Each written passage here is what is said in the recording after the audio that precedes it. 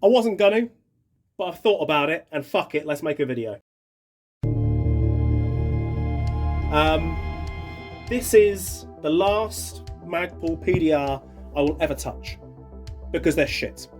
All the shit that happens inside the Tavor, blah blah blah blah, all the same stuff. Now, TM developed the very first bullpup AEG and theirs worked flawlessly. No one else can get it right. Long story short, the biggest problem with this is this plate here. Alright, you've got plates that are attached to the side, and when you pull the trigger, that activates a micro switch.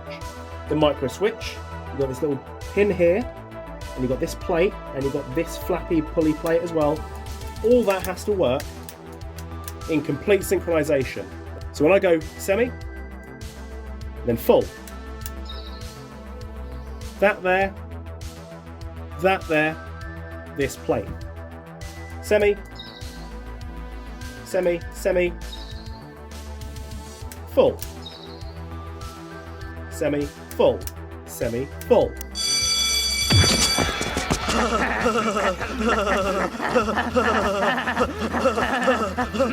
That's how the fucking thing works. Now, if these screws are too tight, it doesn't work. If they're too loose, it doesn't work. You can't thread lock them in because it might bind the thing up. They do need to move very slightly, but as they do move slightly, they undo. This gets loose and it doesn't work. Currently, the semi-auto on this piece of shit does work, but in true Magpul PDR style, this is how it sounds. Fucking atrocious. This has only come to me because it's got feeding issues, but obviously I can't send something out that fucking sounds like that. Plan is to fix those issues. Now, most of the issues with feeding on these things is normally just entirely down to the BBs entering the gearbox. The hop unit is placed in front of the nozzle as normal, but the BBs go through the gearbox. It's wank. So I need to smooth all that out, and that will most likely sort any problems out with the feeding. That's normally all it is. The BB's got to make it in that channel and feed through smoothly and reliably. Once that's solved, that's it. But obviously, it does sound like a hooker gobbing out her false teeth. The final thing to do once it is all working, should it all go to plan and it's all nice,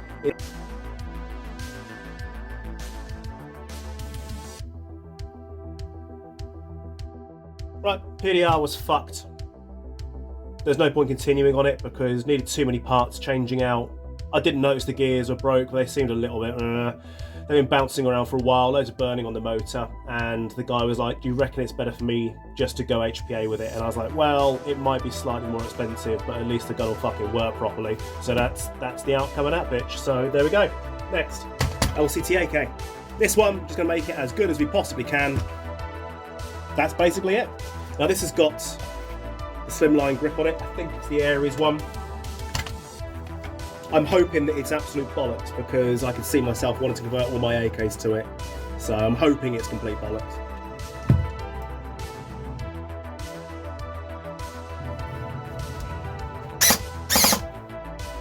Oh my god. Fuck me. Yeah, it's the Aries one.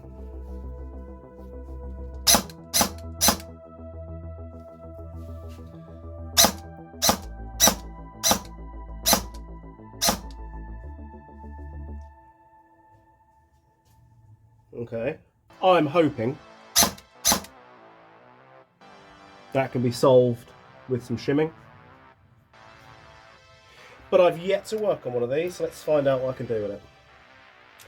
Okay. Now, I can't fucking judge that because I literally don't know anything about the shimming, so I cannot judge that yet. Okay, nothing inherently wrong inside it. I do like an LCT gearbox. The Land Arms gearbox that come inside E&Ls sound better. I think the durability on these is better, but with durability does come noise. I intend to change out as few of these bits as possible because there's literally no damage going on. However, no shim. So that is scratching on everything. Before we moan about the quality of the camera shot there, I've got it up on a fucking Literally, I've got a couple of boxes with a fucking vice and a camera phone, so I don't give a shit. I've zoomed it in rather than getting in close, because that's how I roll. But just for those that fucking whinge about the fucking, oh, it's not HD enough for this fucking free entertainment I fucking provide. Let's go a little bit closer, shall we, fuckers? There you go, shit lips. Alright, there you go. Nice quality for you. Anyway, back to this quality. What I've done, changed out all the gears. And I will say, whether it works or not, I don't know. But what makes these really actually quite cool to shim, being able to just slide that on, you can see if the motor pinion is touching the bevel gear, and that I really like. There's no movement on it, right? And also, obviously, you can adjust that up and down like this, and now I've gone all the way out with it. If I rock it, am I still feeling any movement? No. And if I tighten the inlet, I go all the way, you'll see the bevel start to rise up. And then I can now feel it moving up and down in my fingers. If I go really far in with that, as far as it goes, if I go really far in with it, I can really feel that hitting that, and it's not raising it up.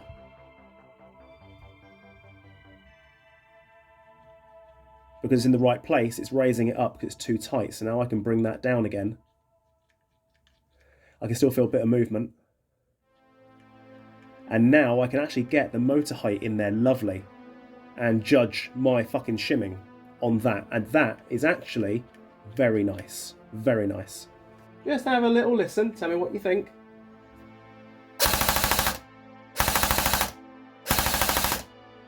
It sounds a bit tight, doesn't it? But that is actually perfectly shimmed. And then off the mats, there's no reverberations. That is disgusting. That's the sound of the motor.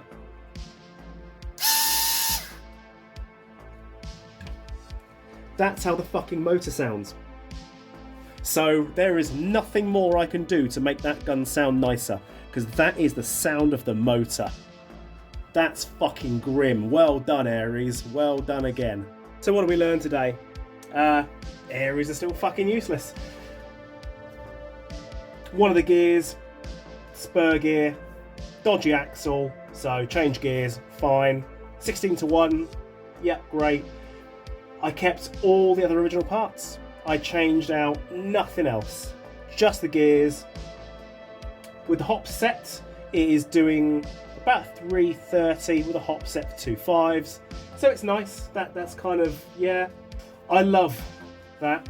That is just fucking gorgeous. Look at it. Oh, love it. So I reckon I could see myself getting another set of Plum furniture and putting the Plum Magpul top bit on there. The stock, I hate it.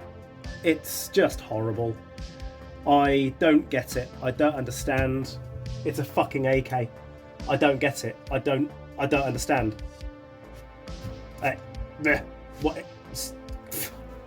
It looks like someone's broken off the bit of a fucking milling machine and gone, yeah, we'll fucking stick that on there. It's just nasty. But going back to the slim grip, it is wank. What I've done is I've shimmed it. So where that entire unit rotates, I've had to shim it with a piece of plastic that I basically cut out the top of a box lid for a motor.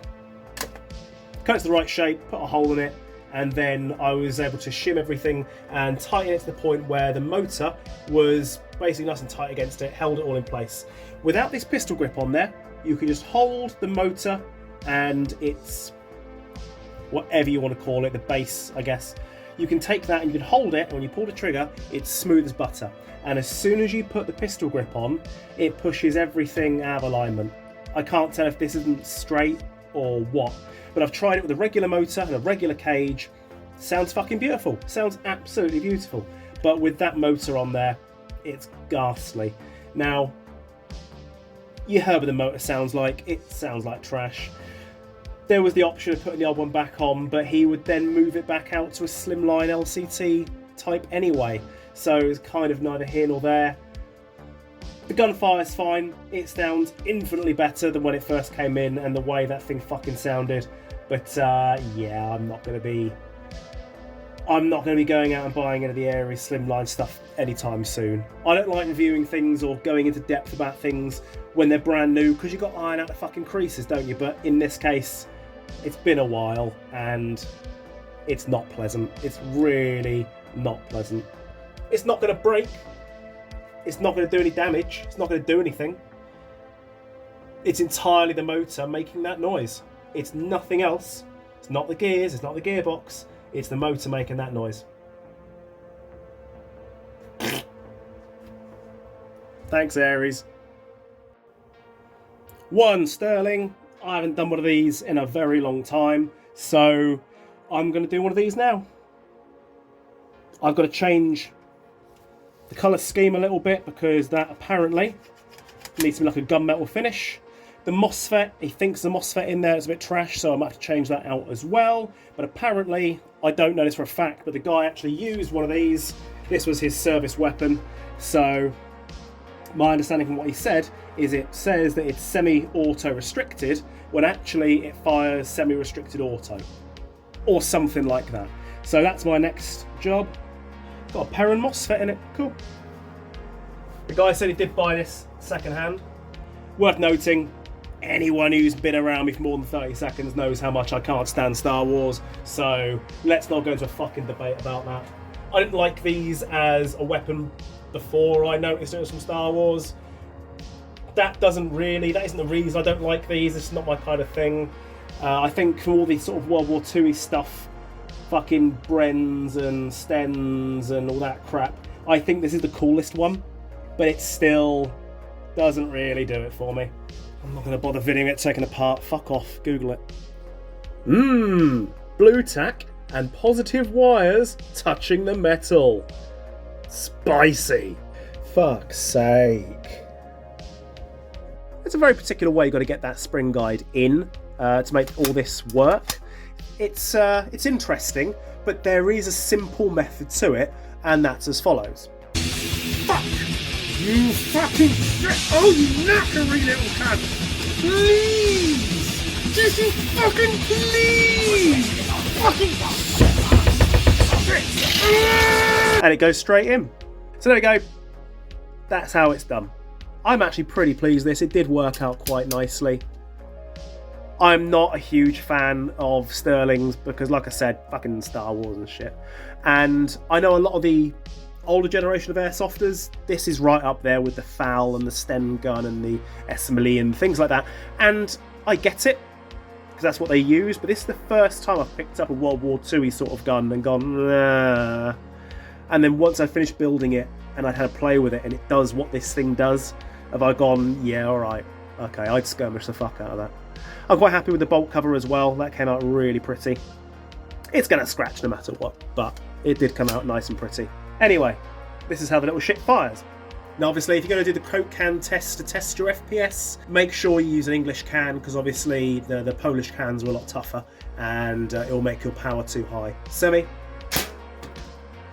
not bad. Not bad. In one side, out the other.